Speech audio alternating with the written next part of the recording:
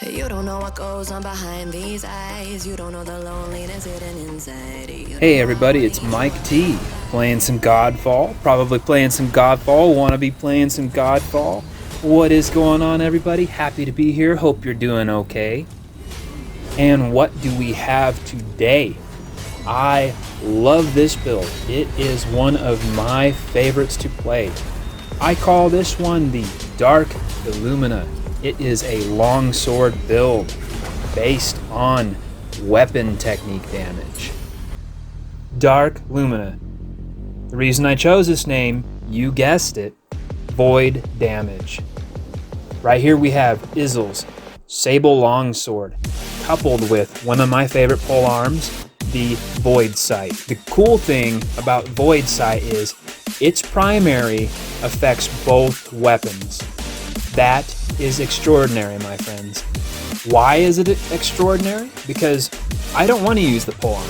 It's just there for the other effect. I want to stick with the longsword. So now every time that I use my northern technique with the longsword, I'm making a Void Sentinel. Keep a lookout for weapons that have effects that affect both weapons in some form or fashion. The longsword, for those players that want to take initiative on the battlefield and bounce in and out of the fray with ease. So why did I choose Illumina for this longsword build? Well, let me show you. First off, I love weak points. I love hitting weak points. I love taking that small moment to get my mouse right over the weak point and then strike it for that extra damage. I find it extremely satisfying. Next, and actually the more important of these two, is that Illumina's constellation is ideal for this build. Let me tell you why. 3 adjacent red augments. Right here we're looking at an augment called Void Shell. It adds overhealth every time that you perform a critical hit according to how much might you have on adjacent augments. As you can see on mine, I am at 26 times 7 overhealth on a crit on the augments alone. Let's not even start with the gear, just on the augments alone you're looking at here. Now, there are other augments, such as Focus, which adds 72, in my case, overhealth whenever you perform a critical hit. That is the basis of this build, overhealth on crit. Now, there are a lot of things that you can add to this build, and again, like I've said in my previous video, I want to leave that creativity up to you. There are many ways you can go about this. You can add more damage, more weapon damage, more critical hit damage. There are so many ways you can go about this. In my case, I have added health on crit, weapon technique charge on crit, and overhealth on weak points with my rings. And then I focused on resistances because I hate when I catch myself standing in a lightning ball, a lightning pool. I defend against that through stats. So skills.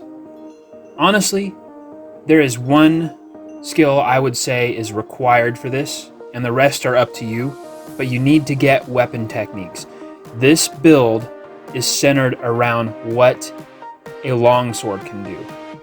This build is only resilient with a longsword. It is not intended for other weapons. You can play this build with other weapons, but it is intended for the longsword.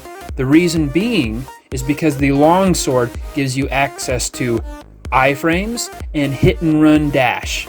That dash that bursts through the southern technique allows you to dip in and dip out of the fray, which is important for your tactics. The northern technique gives you a significant iframe where you're not getting hit and you're doing damage. That is what makes this build resilient. The crit health, or the crit overhealth rather, that comes with the augments is not enough. You need to do more. But I'm not going to tell you how to build your defenses. I want to leave that to you because there are many, many ways to build up your defenses. In my case, again, I like to use overhealth on weak point hit. So if that's the route you want to go, choose weak points as part of your skill set. Add equipment that does overhealth on weak point hit. Now, because I have centered this build around a longsword, I have chosen to build on its ability to build charge and the damage the weapon technique does. It is quite effective. Take a look here. As you can see here, I am on the 12th floor of the Ascended Tower of Trials. These are the Falcius bosses. They are mid-bosses. I was able to jump out, jump back in with the iframes of the Northern technique, and soul shatter them with the Southern technique. All in about 10 seconds. Now, I would say that this particular playstyle is not for beginners. This is an advanced playstyle where the player is used to how the animations work, is used to getting the weapon skills to activate. A lot of bad feedback with GodFall is concerning how skills are activated. A lot of people are not understanding that animations need to finish before they can activate new ones. This is not an animation canceling game. This is play your animations out, plan where they're going to land you, and then execute from there. You cannot animate cancel as far as I know. I could be wrong. If that's the case, please leave it in the comments. I want to know. I want to know how to animate cancel if it's there. I haven't seen it though. This is a very serial, linear technique. And I like that about this game. It's because you have to commit to what you've done. You can't cancel out of it last moment and cut a few frames out of it. You've got to commit. So the reason I leave these builds so open-ended is because I am attempting to induce some open-ended conversation as well. Hope to hear from y'all sometime soon. Leave me some comments. Reach me here on YouTube or on Facebook. My name is Mike T, and thank you so much for watching. Until next time, everyone, goodbye.